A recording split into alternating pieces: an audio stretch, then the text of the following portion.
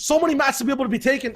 The grappler not being used just yet. There we go, Stretch putting the game on his back. Every elimination taken in an instant. Every window opened and fully jumped through. These guys are now near the top. If you subscribe in the next 5 seconds, you will win your next Fortnite game. Quick. It's a free win, don't risk it. Right now, these guys are slipping and falling down the placements of the overall leaderboard. Bugha looking for a shot near height. It does connect, not possible. The grappler might be in play. No, just a horizontal move on other people's tarps, but at a cost.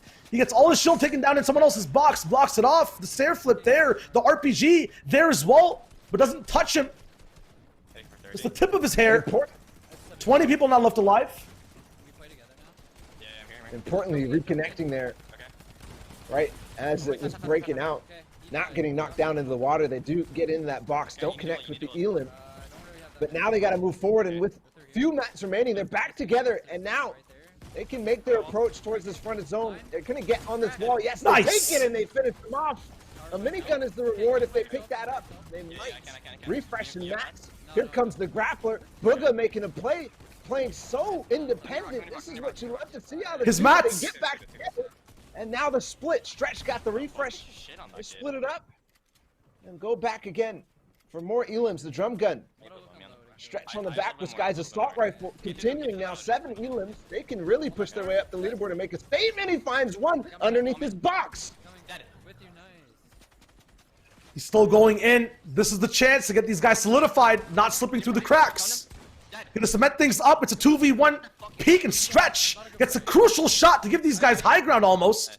There's someone else there, the grappler there now to connect, but only 100 mats. There's still someone here in zone. It's a flopper player, and it looks like Bugha might not be able to stand the cool heat at the top of all these builds. Going back down with Stretch taking fall damage, that might be a crucial mistake. A big pump though for the follow-up and the refresh, the siphon, not there, has to go forward for it now. It's a 2v1, they're coming in. The shot coming through, the build's blocking it. Intensities, a lair switch, Stretch trying to follow Bugha, has to find another way in, gets a few mats out. They control low ground now, it's a huge pickup. 500 wood now for Bugha, a big Elim for Stretch. That's more points, 12 eliminations on the board. An even flip right now for these guys to come straight back into the game. So many mats to be able to be taken. The grappler not being used just yet. There we go, Stretch putting the game on his back. Every elimination taken in an instant. Every window opened and fully jumped through. These guys are now near the top. They have to be. I'm not sure where that's going to leave them. I think it might actually push them towards the first place out of everybody. As more pressure is on them, they need to make sure they qualify this time for that final stage, and they are good enough to do that because they did qualify for the squad finals. It's all in the line here. They got to make sure they perform.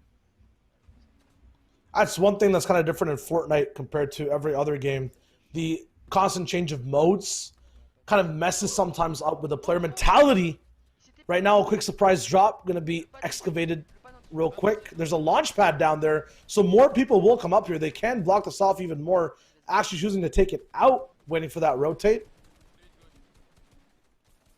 But when you switch from squads to duos to solos and try to track your progress in between, it's a much different game. You got to keep that mental clear between the modes. Sometimes when it's newer players, when it's not possible, you run into trouble. Right now, this mountain zone going to be very troublesome for a lot of players. Clement taking a big shot off to the dome. It's one of the iconic zones that you must know how to deal with, both when it goes up and when it goes down. In this case, going up, I thought that they were setting up that little peak box that they were in forever to actually end up being a short launch, and I misread the zone, because if they had done that, that would have been terrible. That's why they opted for that full-on launch to get up the mountain and get some elevation here. Thankfully, it's still 6 zone. Kaizen falls. But thankfully, it's still 6 zone, so it's very, very wide, but running out of materials. He's all on metal now in a box. He does find it. And is that the grappler? Yes, it is. So perfect saving grace right now. Does drop the minis. Opts for the bandage bazooka, but gets beamed when he goes in. Got to pop that bandage bazooka. Yes! As the zone overtakes him. Now getting in on top of the mountain. This lobby will thin fast, not because it's weak, but just because of the way that it's going. Old man mountain strikes again. Yeah, but the young zoomer grappler is there to fight that boomer mountain. And right now, zone on the top right, going to be difficult to track exactly where Clement is. He's going to try to find a way in. Has a med kit actually to be able to take over here near the end game, and this zone might actually drop off the peak, which could be bad for height. And this team knows this main situation though in terms of health now. Dropping straight down the mountain, harder game for Clement. 9 points so far though, that grappler. So hard to navigate too, because the radar in this high elevation really doesn't tell you at all the real story about where the zone is, where you are. So it's hard to judge where that zone is going to be. As they get down to the bottom floor, more towards ground level, more towards sea level, it's going to be easier. And now 1 versus 1, at least in the terms of who's pressuring. The minigun comes through, almost connects with 2 big pumps, but it's not going to be enough. Doesn't break through in time. The man had just 1 level higher of rarity. That might have changed. Back with the Dark Horse duo. 42 people on the half and half for open stages. I'm thinking it's only going to go higher as the competition goes on. If you guys are tuning in with the stream right now from the get-go, we did start EU just a little bit late, so we are a few hours in right now. On the bottom left, you guys can see the queue time and when it will close. Have a good idea of where we are in the competition. Of course, exclamation mark leaderboard or exclamation mark standings in the chat. You can also see exactly what the specific results are in each region. Don't forget, open stage. They have 3 hours to play, 10 games to go, but it's top 1,000. So most of your players are going to qualify through. It's really, really hard to track basically which ones are struggling, which ones are for sure in, that sort of thing, because there's such a wide range. But what you can be sure is that we're trying to find some of the most exciting action and basically just cover it. When we get to semis, it gets all the more intense. We can actually track it. But just for some updates, you should pull up Fortnite Tracker if you're watching these to get an idea of exactly what it is. Oh, the drop down possibility, throwback to World Cup, but it's not going to work out. What's the strongest gun right now, single-handedly? Overall situations. Single-handedly? Yeah, it used to be, I would say, the Gold Burst AR. I feel like that was like the go-to thing for a lot of people, especially when Legacy was around. Yeah, but now in the duels meta, if you want to have one thing in your item slots, what is it? I think it's either the drum gun or the minigun. It's just so versatile. You could use it for height takes. Really? You could use it to pressure. You could use it to pinch. You could use it to get into boxes. It does the damage. It's not like the most powerful out of all of them, but it's like the jack of all trades, right? So I think that's the one that I would want, right? Because a heavy sniper, I need it in combination with something else. A rocket, I need it maybe in combination with a heavy sniper. But that thing just fits the Play-Doh puzzle piece, so to say. Yeah. Ooh, you used it. Yeah.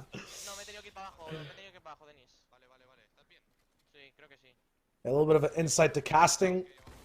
You guys might not be aware of this, but we do think of things to say literally months and days before, and then end up mentioning it. Sometimes it's off the dome.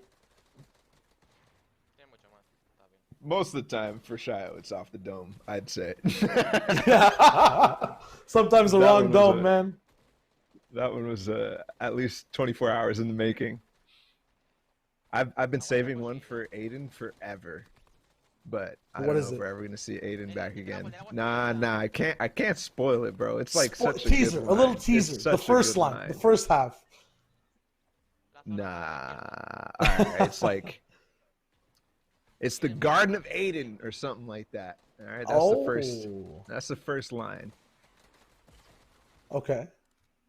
I feel like there's like it's something with apples is going to be coming up 100%. Exactly. There you go. You know what it is. You know what it is.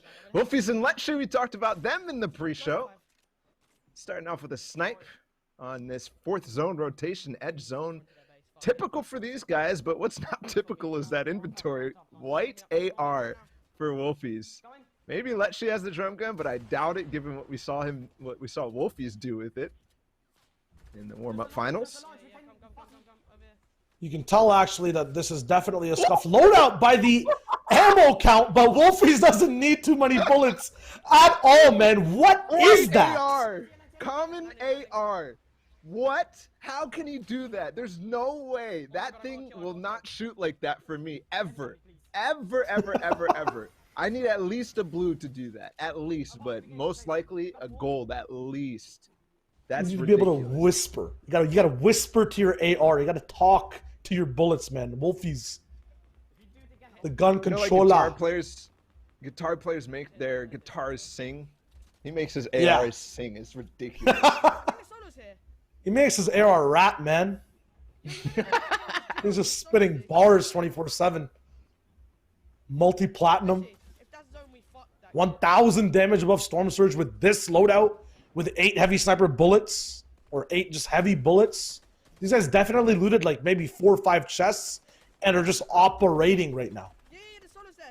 What's going on? Are they trying a new drop spot or something? I don't understand the type of loot that they. I mean, the suppressed sniper comes out of agency, so maybe they still went there and they just don't have the loot that they normally do, and it shambles because of it. But It's an odd game in a sense too, because it's literally on Storm Surge line 50 people. This is not your common open tournament lobby. So some tomfoolery is going on. Maybe EU practice is finally working, and these guys are doing that, waiting for the lobbies to stack up. well, chat's informing us that they actually got rebooted, so maybe a clutch play by one of them. And I have to say that these guys have been playing much more controlled, much slower, much I guess I could say smarter in a certain sense than what we're used to seeing out of them, at least out of Wolfies in certain spots. Like I think of DreamHack Sweden, for example, where the man was just a absolute psycho.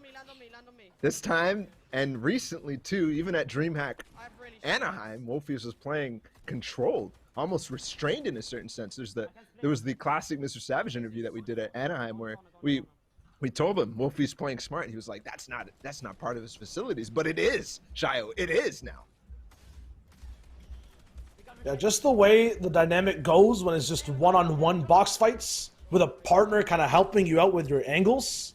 If you facilitate that type of gameplay, this man is the king. He's the god.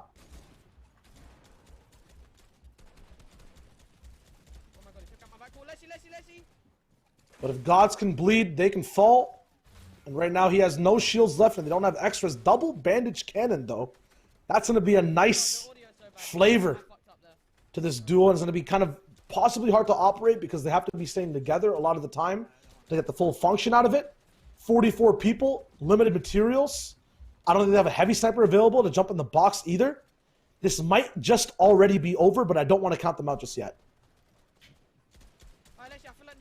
They got a little spice available. Those double bandaged cannons can actually surprise people by the amount of durability, the amount of sustain, if you will, you league players out there.